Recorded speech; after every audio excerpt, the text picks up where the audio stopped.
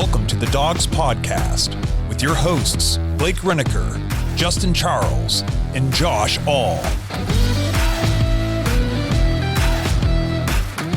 Hey, what's up, Browns fans? Welcome back to another episode of the Dogs Podcast presented by Omaha Steaks. Josh all alone with you guys today. Just a quick microcast.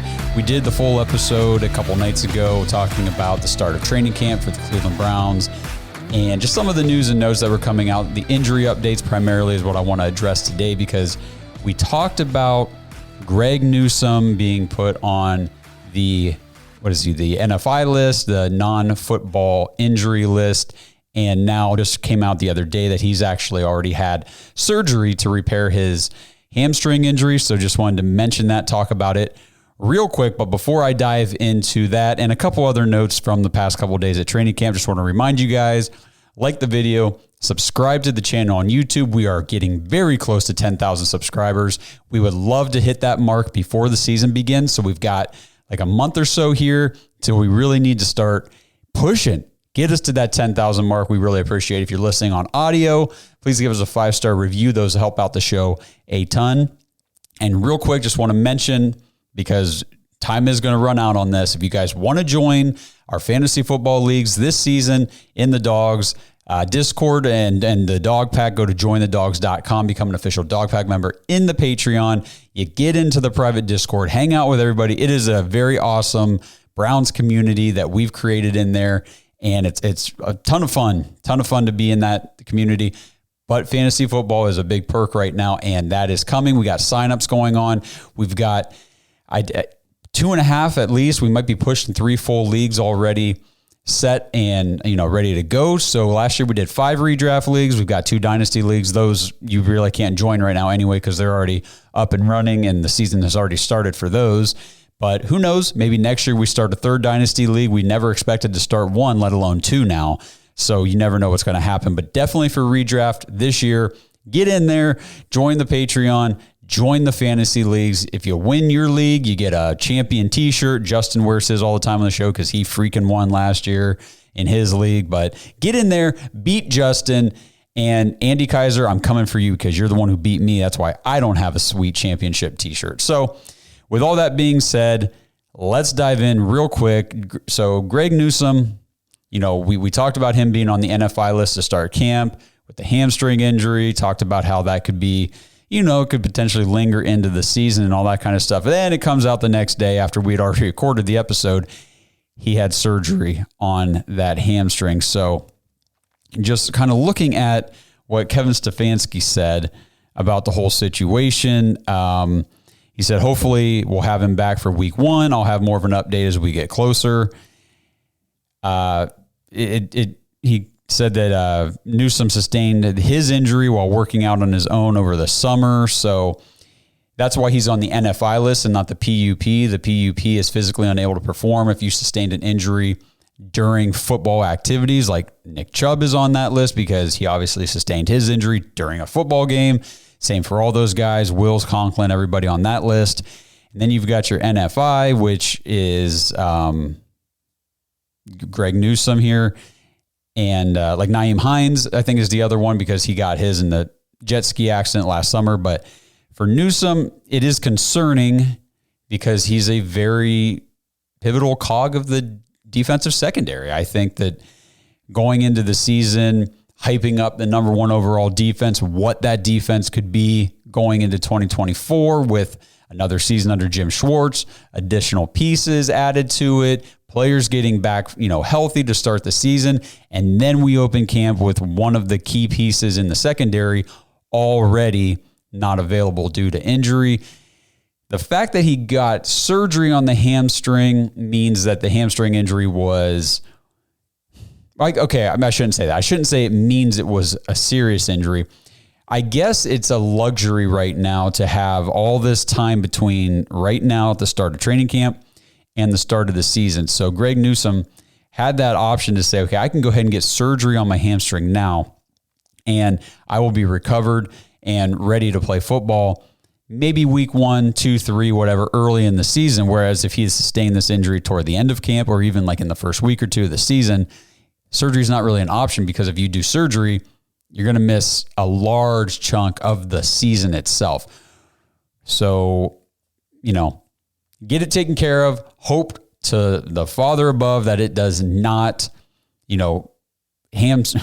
pun intended, hamstring him into the season or anything, but that we can get him back because we're going to need him. We need the secondary healthy. We've got a lot of good teams coming into Cleveland, a lot of good quarterbacks, a lot of good passing games that we're going to be facing this year, and we need our secondary at full strength. So Greg Newsome, fast recovery, but he did have surgery on his hamstring. Another surgery that we, obviously you don't see these things coming, but Dalvin Tomlinson is getting a knee scope today, and Kevin said that his injury was revealed during an MRI when he showed up for camp. All the guys go through physicals when they get there to, kind of assess their physical situation and any injuries that they may not know about, or maybe they do and they don't know how serious it is. That turns out to be the case with Dalvin Tomlinson, which sucks because, Dalvin was awesome for this defense last year.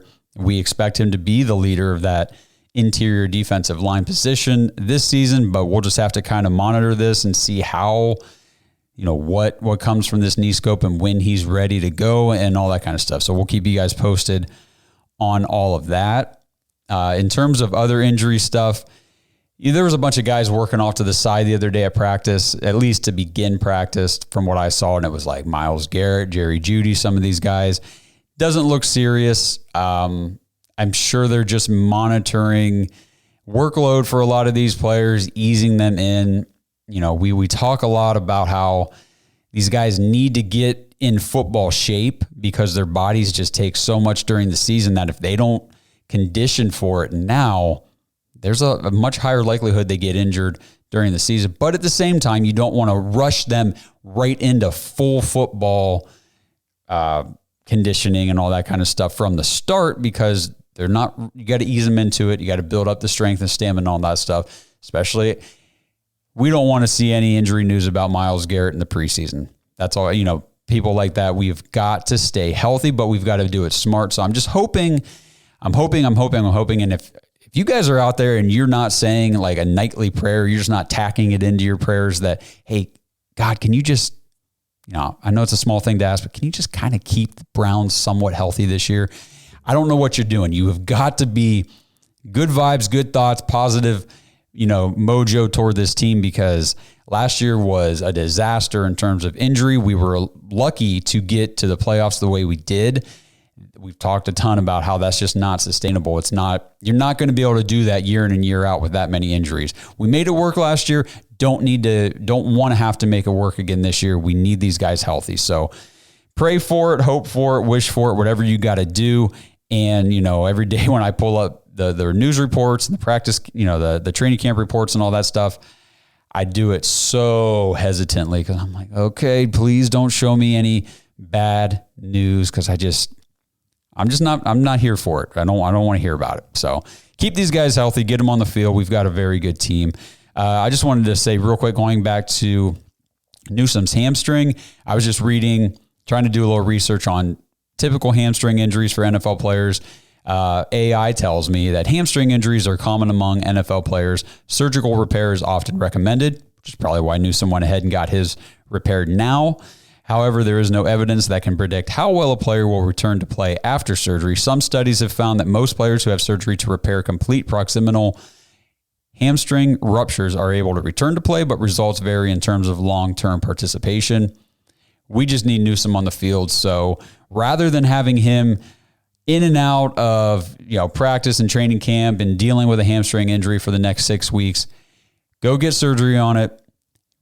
Start the rehab process, get the strength back. And then the thing is, even if he is ready for week 1, he's not going to be out there for a full snap share. He's going to be eased back into action. So there's going to be a lot of Cam Mitchell. Hope that the rest of these guys can stay healthy during camp because the last thing we need is to open up week 1 against the Dallas Cowboys and that passing game, CeeDee Lamb, Dak Prescott. Brandon Cooks is good, Jake Ferguson, all these guys. We do not need to go into that game with 1 or 2 of our starting cornerbacks out. We need to keep the safeties healthy.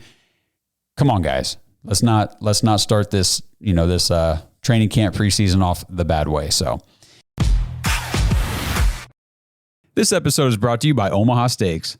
Dog Pack, the summer's in full swing, and you guys know what that means. Omaha Steaks annual Hotter Than Fire sale. Go to omahasteaks.com right now, and for a limited time, you guys can get big savings on great packages from Omaha Steaks for just $99. Plus, you guys can get an extra $10 off that order with promo code DAWGS, DAWGS, at checkout. So these packages with that promo code are essentially $89.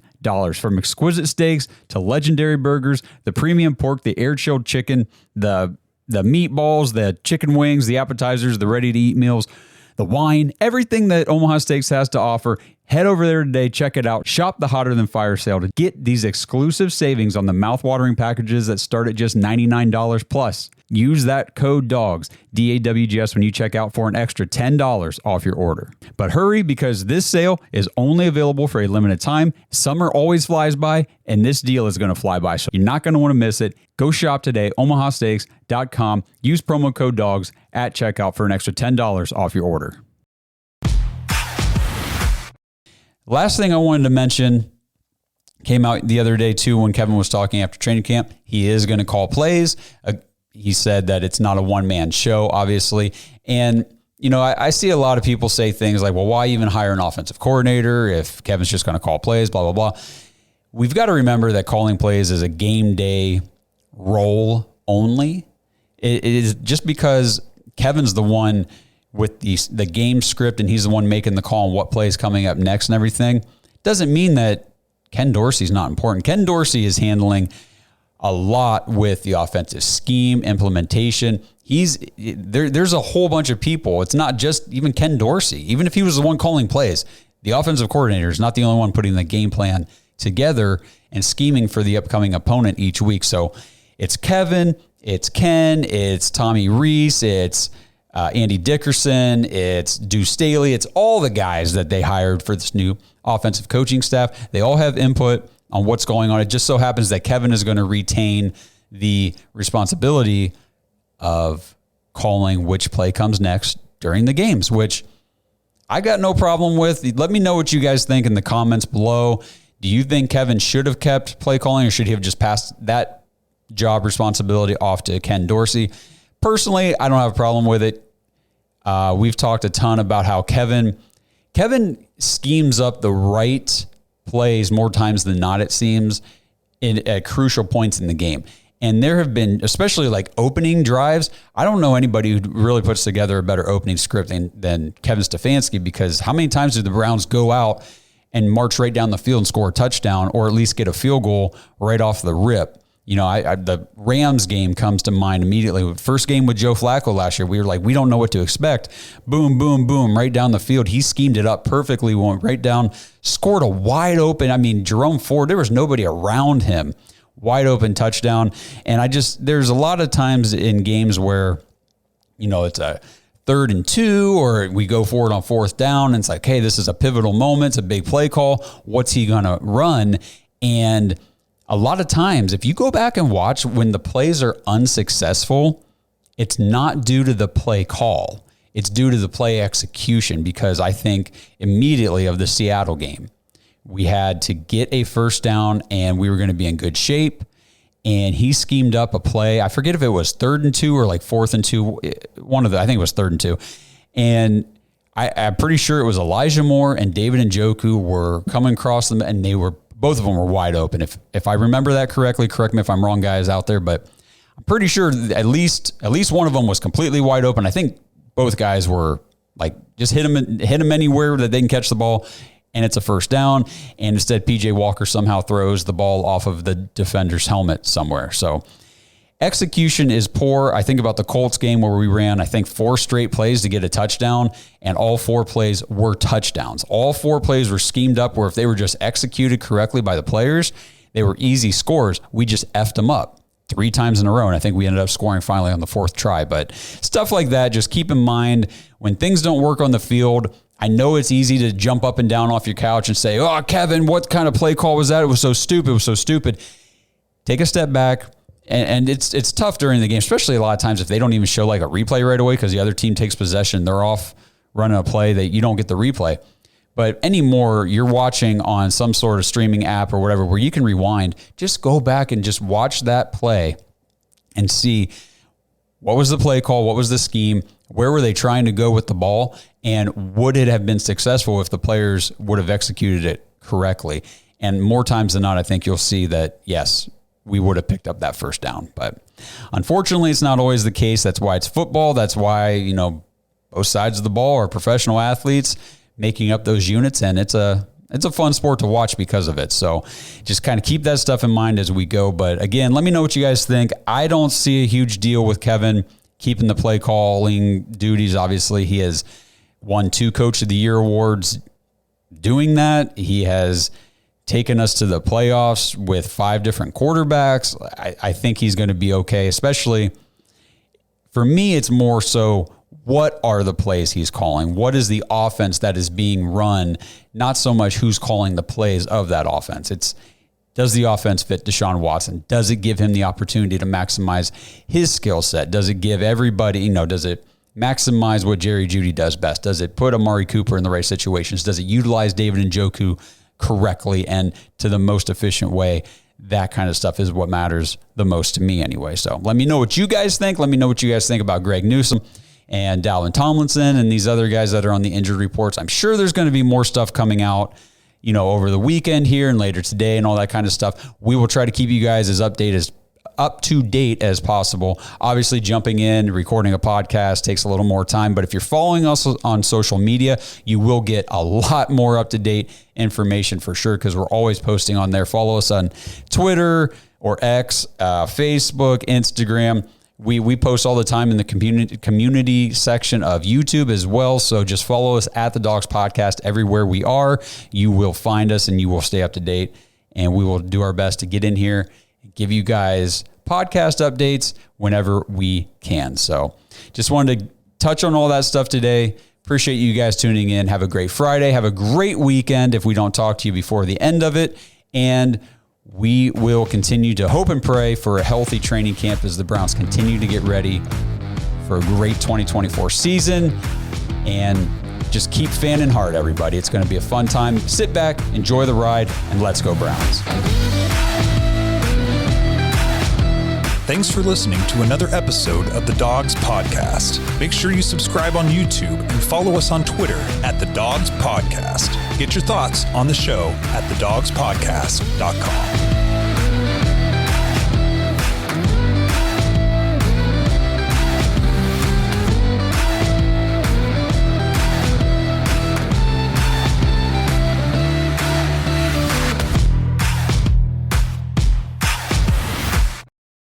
This episode is brought to you by Danger Coffee.